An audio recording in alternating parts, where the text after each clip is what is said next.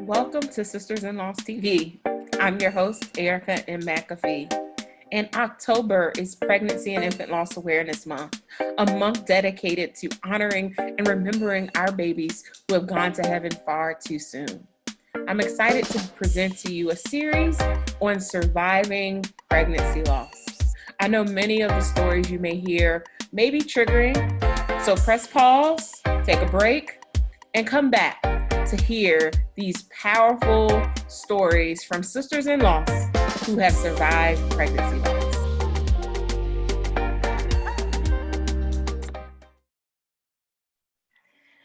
Thank you for joining us on the series Surviving Pregnancy Loss. I'm your host, Erica M. McAfee, and I'm excited to introduce today's guest, Mashira. Mashira, would you please share with our viewers a little bit about yourself and what you do? Yeah, my name is Mashira Taylor, and I am originally from Ypsilanti, Michigan, and I currently reside in Ohio. Right now, I actually work part-time in dietary at a rehab facility. I go back and forth between being either an aide or a cook, but right now I mainly just like to do kind of like aide work. I have 5 children in total. I've been married, it'll actually be 10 years, October 18th. So my anniversary is coming up, excited about that. And that's pretty much like me in a nutshell. Wonderful. I love it. I love it. So take us back on your journey to motherhood and share with us your loss story. So I actually found out that I was pregnant. This would be my 3rd child. I found out that I was pregnant September of 2012. And I went in for just a regular ultrasound in December, which is supposed to be a routine ultrasound. And they had noticed that we knew it was a boy. They had just told us it was a boy, and they told me that something was very wrong with his heart. They actually couldn't pinpoint exactly what it was. They didn't know. The whole thing was kind of like a mystery. So the only options that they had given me was to either abort the pregnancy or to carry on with the pregnancy as if it was normal, and to not know what I was going to be, going into after delivery. They gave us literally a total of 5 minutes to make the decision. By me being so far along, the window to abort I was at it. So they had to know my answer right away. Me and my husband made the decision right away that we were not going to abort the pregnancy. We just truly believe whatever God placed on our plate is what we were going to, endure. So we decided to carry on throughout the pregnancy normally. He was supposed to be due April 28th, and he ended up coming on May 1st. When I went to actually go in for that last ultrasound, they had noticed that there wasn't any fluid around him, and so they ended up deciding to go ahead and induce my labor. They didn't want to induce him early because they were hoping that by him being in there the full term inside the womb, that his heart would kind of fix itself. After I gave birth to him on May 1st, within hours, the doctors were swarming my bed, and they picked my child up without telling me anything, and they told me to kiss him goodbye. And I didn't understand. And so they came back with papers and stuff, and they were telling us that the some part of the heart that immediately after you're born, it usually closes off, and which means you're able to sustain life on your own. You're no longer connected to the mother. And they needed to take him right away because they actually needed that to stay open, because that was the only thing that was keeping him alive. Was for some reason his body was still basically like reacting like it was still attached to me. And this was after he was outside of the womb. So he actually ended up surviving for that period of time, and he went in and he had to have his first open heart surgery at 5 days old. They said that he had ended up calling it, they call it transposition of the greater arteries, which is also transposition, which is the big name for it, of the greater arteries. And he had 2 open heart surgeries before he was a month old. And he got to come home at after 3.5 months in the hospital. He was able to come home. He went through several other operations and procedures all the way up until then. They still were really confused as to what exactly, to how to treat him. Like, they really didn't know because his situation was so complicated. He was doing well from what we thought. He had just had a doctor's appointment. This is fast forwarding to December of 2016. He had a doctor's appointment, and they had did more, tests and stuff on him, and they were thinking that he may need another surgery by the age of 4. But on February 17th of 2017, he just was outside playing like a regular child, and he said that his stomach hurt. And so I said, do you feel like you need to throw up? Because he was kind of motioning like he needed to throw up. And he told me yes. So I took him into the bathroom, but he didn't throw up. So I told him, just sit down on the couch, because I was in the middle of ironing. So I wanted to go lay my clothes down on the bed. And so I laid the clothes on the bed, and I seen out of my peripheral vision, I seen him do a complete somersault off the couch. And when I ran in there, I thought he was like, it almost looked like he was having a seizure, but from him shaking. And they literally just think that he just passed from just a massive heart attack out of nowhere. So he died at the age of 3, right before his 4th birthday. Wow. Yeah. So what did you do after you found him? I'm sure you called the ambulance. Did they pronounce him? Did they pronounce that he had passed away right then at the house? No. So my at the time, my mother lived right next door, and it just so happened that my other 3 children, one was younger than him at the time, and 2 were older than him. I think they were only the ages of, I know my littlest one was just 1, or she was, I think she was 1, and then because he was 3, so then my other one had to be 5, and then my oldest were 7 at the time. They were actually all outside playing with him, and they heard me once he fell. Naturally it's the scream, the oh my, the scream. And so I was screaming his name, and I started to shake him, and once I realized like this something isn't right, I immediately went into chest compressions, actually. My daughter, they were running in, they were just in total shock. Like, they were literally stuck because they were just standing there looking like, what is going on? And I told them, go get grandma. At the time, my mom lived right next door. And so I had to shake my daughter, like literally get up and shake her and say, go get grandma. So she took off running. And so I don't even know how I was on the phone. I did call 911. I don't know how I was talking to them and doing him. I'm still not really 100% sure of that, but I was on the phone with 911, and then my mother came over. My mom actually happened to be a retired nurse from the neuro ICU. So she jumped right in and started performing CPR while I was on the phone with 911, while they were asking me, trying to figure out what happened. They were trying to get the address and all of that stuff. And at that point, it was like I couldn't watch her work on him anymore. So I ran outside.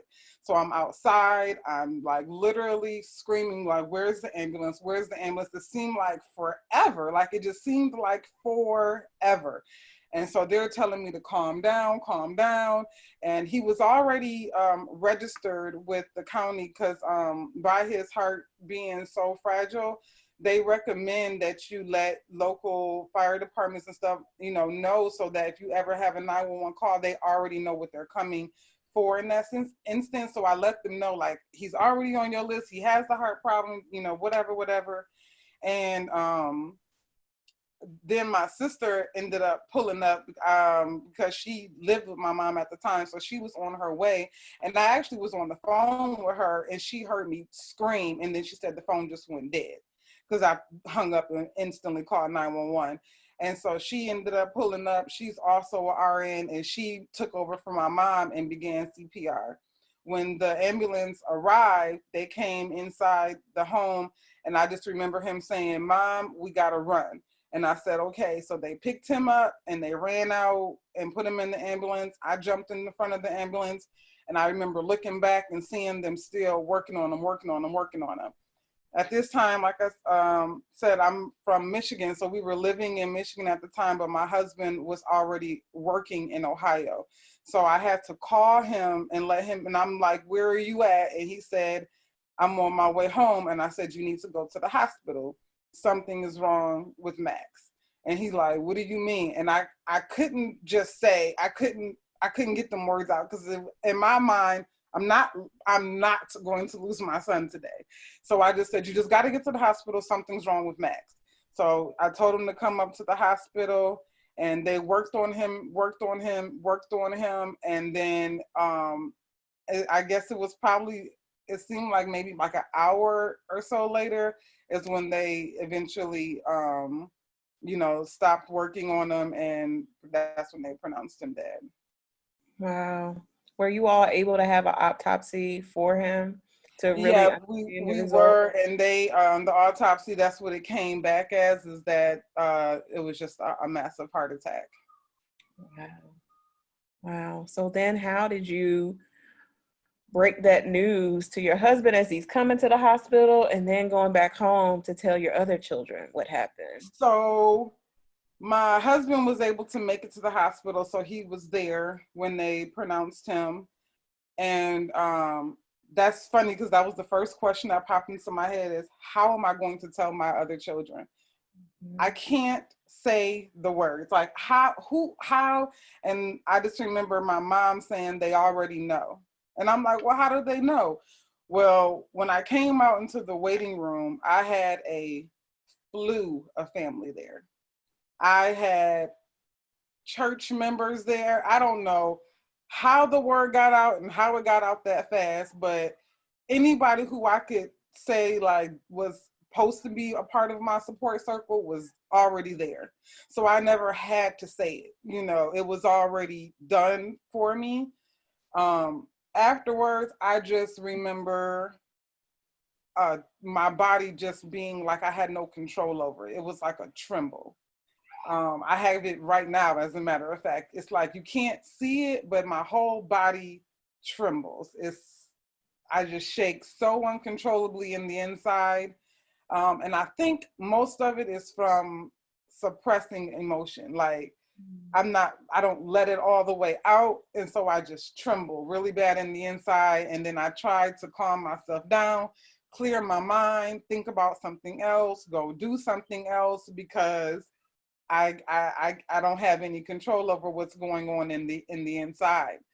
I just remember I had a very, very hard time sleeping afterwards. I just couldn't. I don't know if I was afraid or what, but I could not sleep afterwards. It took me weeks and weeks to be able to sleep. Terrified of being left alone.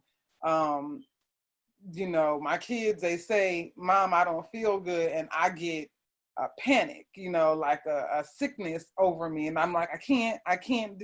Where's your dad? Because it's still just hard to hear my stomach hurts and it could be because they ate too much candy or, something like that. But those words still just hit me totally different than before, when a kid would just come to me and say, "Mom, I don't feel good."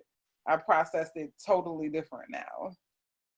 Absolutely. And I think that we all process our grief differently. And I love that you shared just how you've been feeling and dealing and grieving throughout this process. Mm-hmm. So I want to kind of change gears a little bit and really just talk about just how are you now? We have been in a global pandemic over the last 7 months. Right. COVID-19 has rocked all of our world. So how have you and your family managed through this pandemic? So it's been really tough because the pandemic, I guess where it kind of like broke the news was in February. And February is usually when the most sensitive part of my emotions come, because that's right when the death anniversary, and then following it right away in May is his birthday. So that I was like, okay, this is going to be different, because usually what we do is we usually do a balloon release, with my immediate family on his death anniversary. My sisters usually come and just chill with me, just to keep my mind at ease so I'm not constantly thinking. There's usually somebody besides just my husband and my children around. And this year I wasn't able to do that. So we took advantage of Zoom. We took advantage of House Party, which is another app, and doing like a lot of Facebook and just a lot of one face-to-face chats like this versus just on the phone. My family, we really got big into that, and they're usually not even the type to do that kind of stuff. They be like, girl, I don't know how to work technology, but they really pushed through for themselves to be able to do that for me. Um, every year on his birthday for May 1st, I call it Maximilian Day. And his favorite chips were cheddar and Ruffles cheddar and sour cream chips. So I usually ask everybody to buy a bag of those chips, post a picture with them, and we call them Duty Chips because his nickname was Duty. And so everybody, like, I had like a slew of people that had took pictures with the chips. My old from when I transferred out here from my old job, the whole entire Heartland of Ann Arbor had took pictures with them and sent them to my sister to send them to me. Brand new coworkers that I've just met with, I had people drop off small cake with his favorite color balloons and left them on my porch. And I actually had this year decided too, I had t-shirts made that said forever and always in my heart. And I had those made, and people had purchased those shirts, and everybody was wearing them. So I just tried to think outside the box, and it actually ended up helping and benefiting me a lot, as well as my husband. He still can be like not so talkative about it. I don't know if it's mainly a male thing, like he doesn't fully express himself like me, but I could tell that that made him feel, real warm in the inside as well. Mainly because I had never put up a picture of my son since he passed.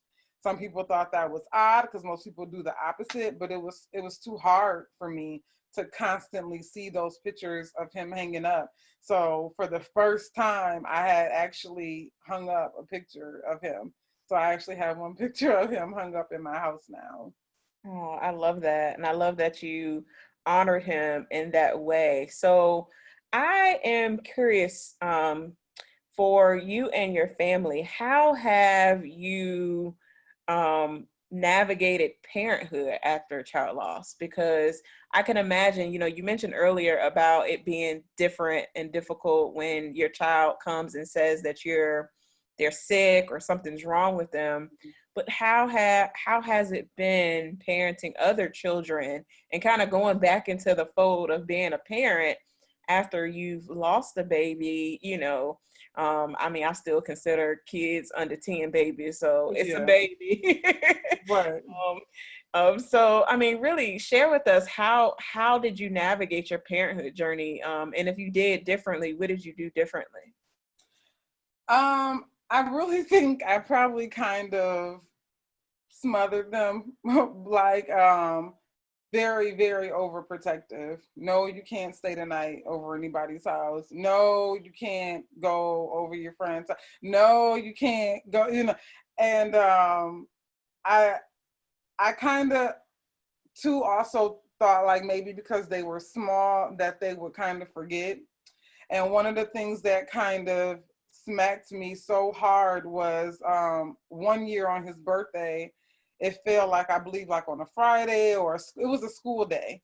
And I didn't say anything to them. I got them ready for school like regular because I didn't want to, I didn't want to disturb their mind. And so if I was figuring they just didn't remember. And when I picked him up from school, my daughter said, "It was sad at school today." And I said, "Well, why?" And she said, "Because today's Max's birthday." And I said, "I didn't know you knew. I didn't even tell you the date. I didn't say anything." And they was like, "Mom, how could we forget?" Mm-hmm. And so then that's when I had to say to myself, just because they're small, they still have their own way of processing it. And you can't just say, "Oh, they'll forget," because they didn't forget. They were there like you were there. They might not do the grief and going through it the same way as me, but there's a way that they have to go through it too.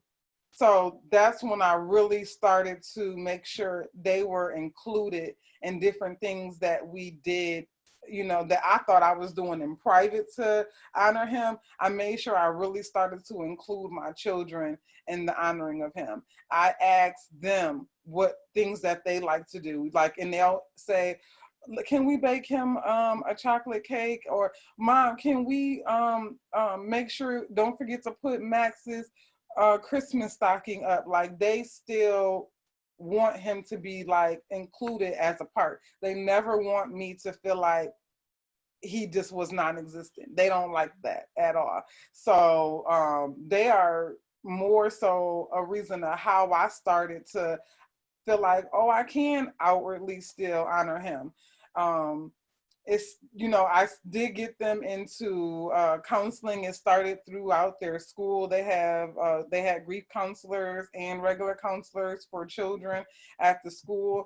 That helped them a lot because they were able to, by them being professionals, they had different strategies that they would do for children with different paintings and art and different ways to help them be able to get a lot of their expression out. But even when we moved to like the new area, they told their new friends, like, "Yeah, we had a brother and he passed away, but his name was Max." Like, they still make sure that they keep their brother's name alive. They make sure they keep his story alive. They understand, that, he's in heaven. We're very much Christian. So, they understand all of that. And, it's crazy because my now 5-year-old, who is right under him, she mentions him the most. And that's the one who I thought would have the smallest memory of him by her only being 1 year old. I thought that her memory would have completely forgot, but she says it often. Often. And a couple weeks ago, she actually asked, "So when is Max coming back from heaven? Like, it's been too long. Like, what the heck? Like, when is he coming back?" And I just had to walk away, and I had to leave her with my husband because I would have just lost it. And I don't want to lose it in front of them. I've been told that it's not necessarily a bad thing. Sometimes they need to understand that it still hurts mommy, but I feel like sometimes it's just too much for me to show them that part. So I have not let them see that part. Like, if I have a complete meltdown, I don't let them see it.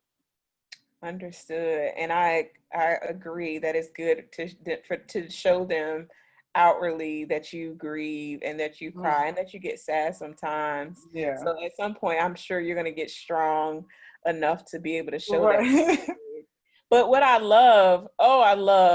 absolutely love, it seems like your kids almost willed you all to actually be outward with your grief. Mm-hmm. And I love that they honor their brother, especially the older ones who really remember, played with him, did things with him. And out of the mouth of babes, or your youngest daughter asking when is he coming back from heaven. Oh my gosh. Yeah. To be able to express that, and now see pictures around the house of her brother, her bigger brother, older Mm-hmm. brother who's no longer here. I love that. So what are some of the other ways that you all honor him? I know you mentioned about the balloon release and celebrating him on his birthday. What are some other ways you do it with your children? So I'm in the process of getting a whole nonprofit organization off the ground. It's actually called the Maximilian Foundation. And what's funny is that actually was birthed from me going through the grieving process.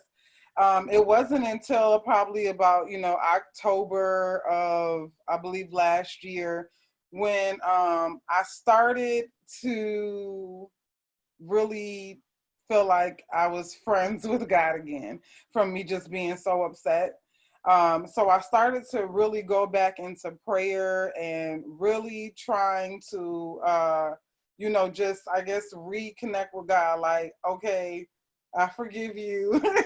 I understand that, there's purpose beyond this. There's always a meaning. And so the first thing I actually did was I did a vision board party.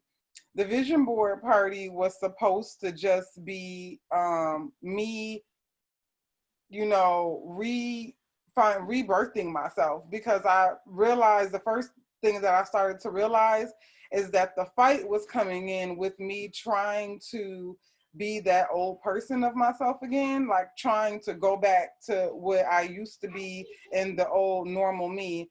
And I realized that that wasn't going to happen. So I had came up with new goals and, new things to look forward to. And I had did the vision board party.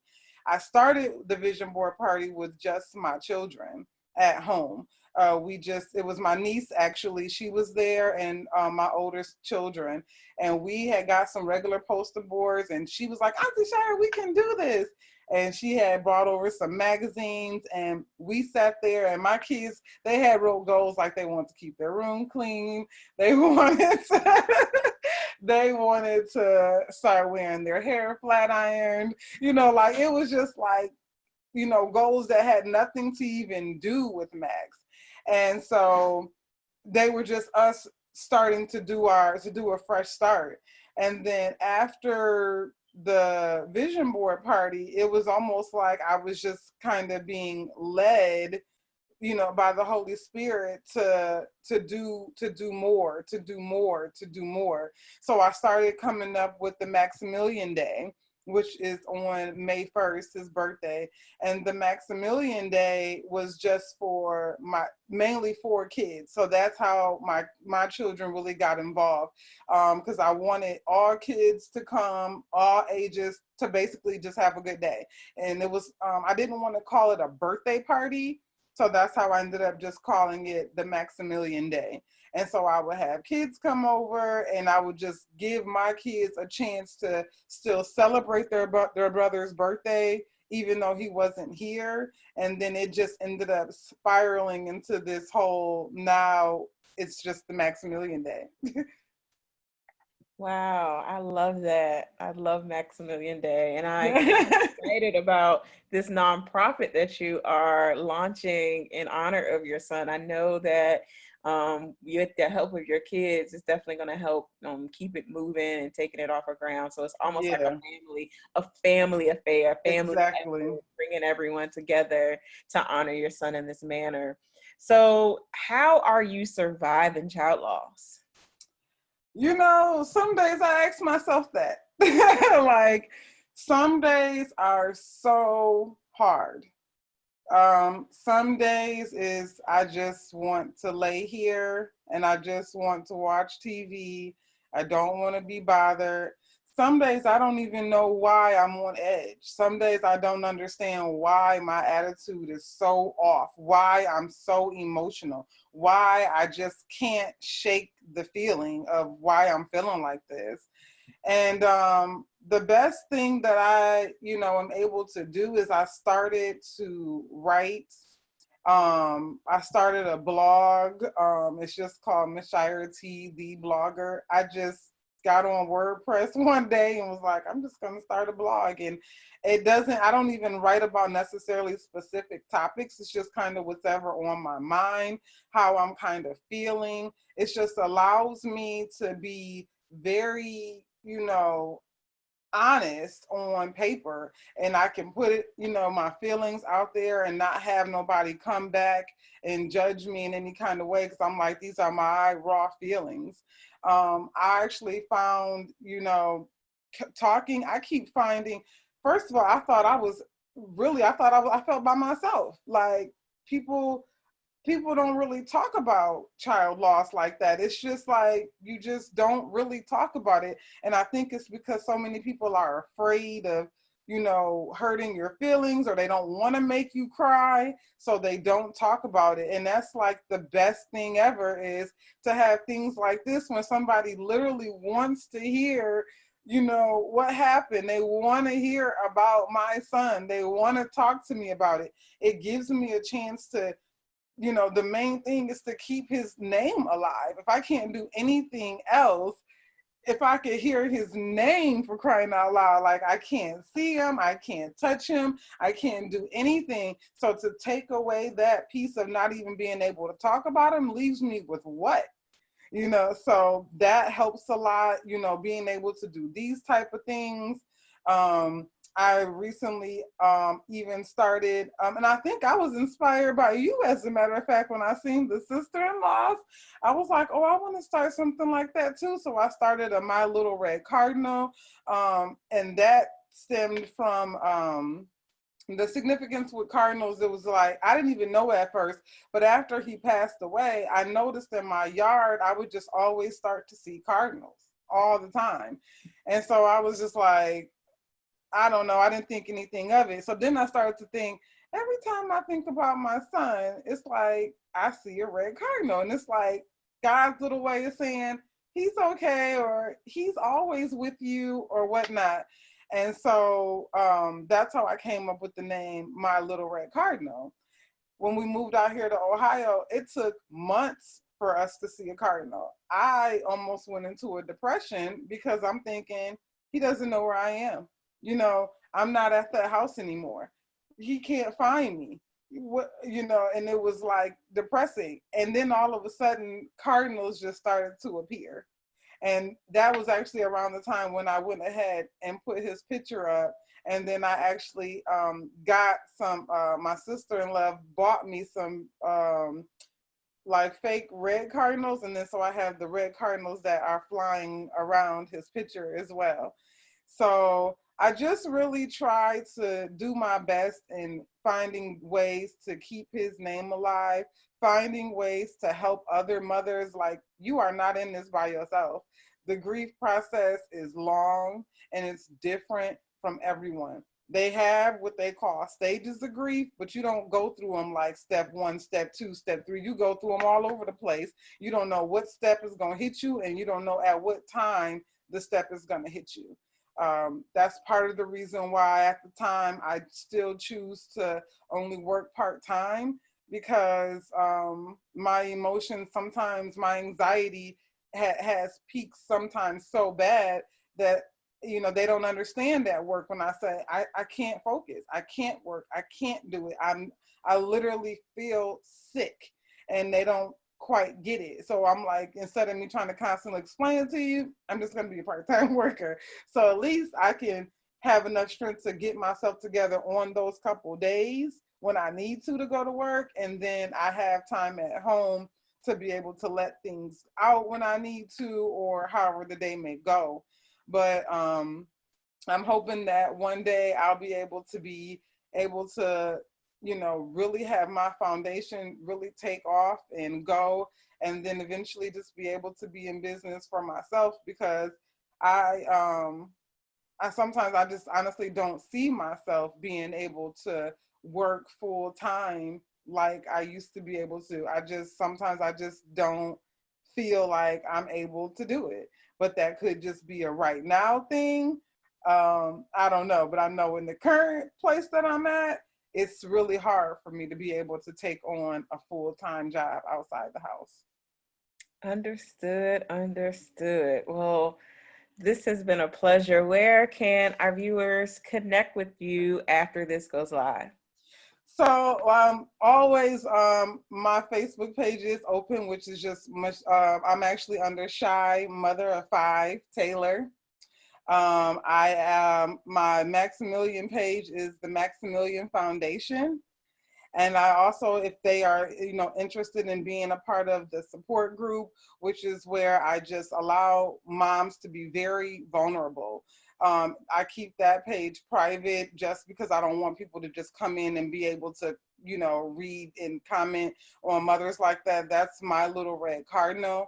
And they can also find me on WordPress under Mashira the THEE blogger. Awesome. Thank you so much, Mashira, for sharing your story with us. Thank you so much for creating this platform. Like, you don't have any idea how many moms you touch. Like, you see the couple, and I'm saying couple very lightly because you have lots of comments and lots of posts. That's a very small fragment of mothers you touch. And I say that from the bottom of my heart because there's not very many platforms out there, which is why I mainly want to start this foundation, to create another one, to be able to connect with one mom might, like you said, be in Virginia, one might be in Michigan, one might be in Florida. And no matter where you are, there should always be somewhere locally for you to have some type of a tangible platform. And it's not there. So I thank you so much for starting this, and I appreciate it so much. And thank you again for having me and allowing me to tell my story. Thank you so much, Mashira. And yes, start that so I can start sending people your way.